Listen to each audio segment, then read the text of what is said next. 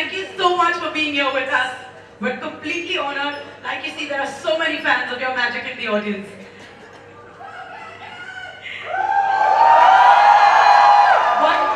So may I please just put my arm in your arm, just because the crowd wants me to. Mummy, ये photo ले ले. Make this look like a gale ka haar types. Thank you so much for being with us. Now, would you like to say a few words to the crowd before we? Thank you. Hello.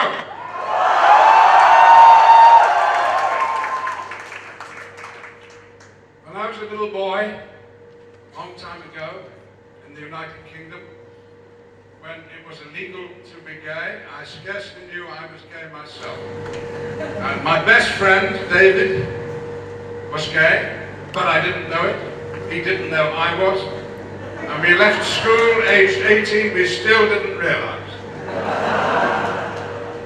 Seems funny now, but it didn't at the time.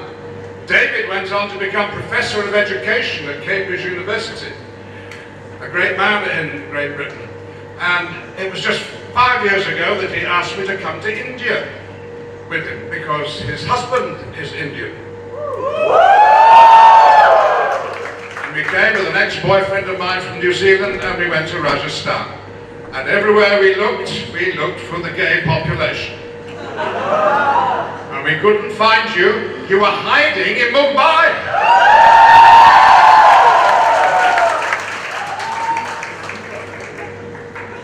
It's a joy to be here, an absolute thrill and pleasure. And it takes me back to the early days of gay rights in the UK, when we struggled along fighting ridiculous laws and winning through. Nothing will get gay rights more firmly established in this country or anywhere else in the world than people like you being free to say and be honest and say that you're gay.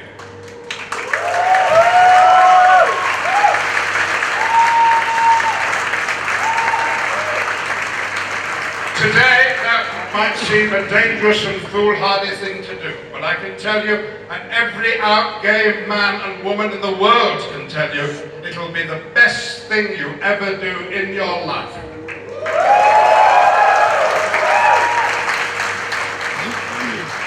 It'll change your life for the better. I remember when Chris Smith, the first Member of Parliament in the UK, came out and said he was gay. The next election, his majority went up. And it was only when I came out and said I was a gay man that I started to have a career in Hollywood.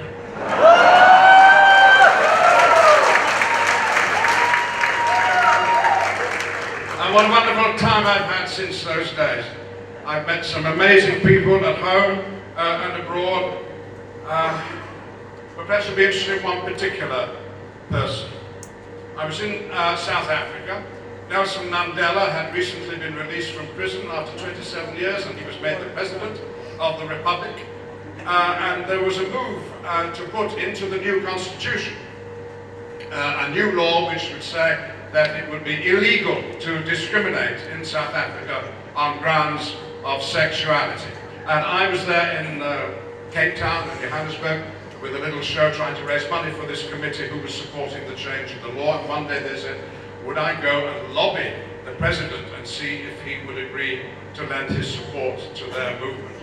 So with a young lesbian from university and a young gay activist, we went along to meet Nelson Mandela. An old, frail man, blind in one eye, from the imprisonment of digging lime on Robben Island. He had lovely striped socks on them. Little bit of camp about Nelson Mandela. And he welcomed us in, and he talked about the weather and about the reasons for my visiting South Africa. And at the end of a brief conversation, we said, would it be possible for us to say that he supported the idea that gay people should not be discriminated against. And he paused, and he smiled, and he said, of course.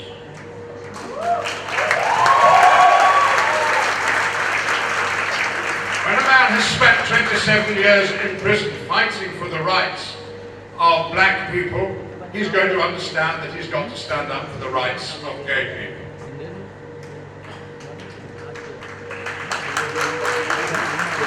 It seems to me that India, beautiful, beautiful India, is at some crossroads or other. I mean, you have to decide whether you're going to be stuck in the colonial past or enter the modern world.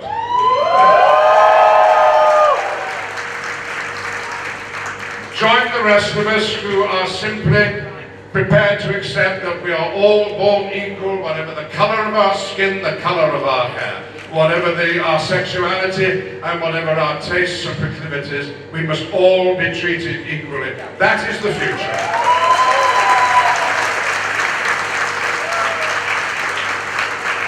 That is the world that Nelson Mandela fought for. That is the future, I would believe, wouldn't you, that Mahatma Gandhi dreamt of seeing. I wish you luck, and you have all my love. Thank you very much indeed.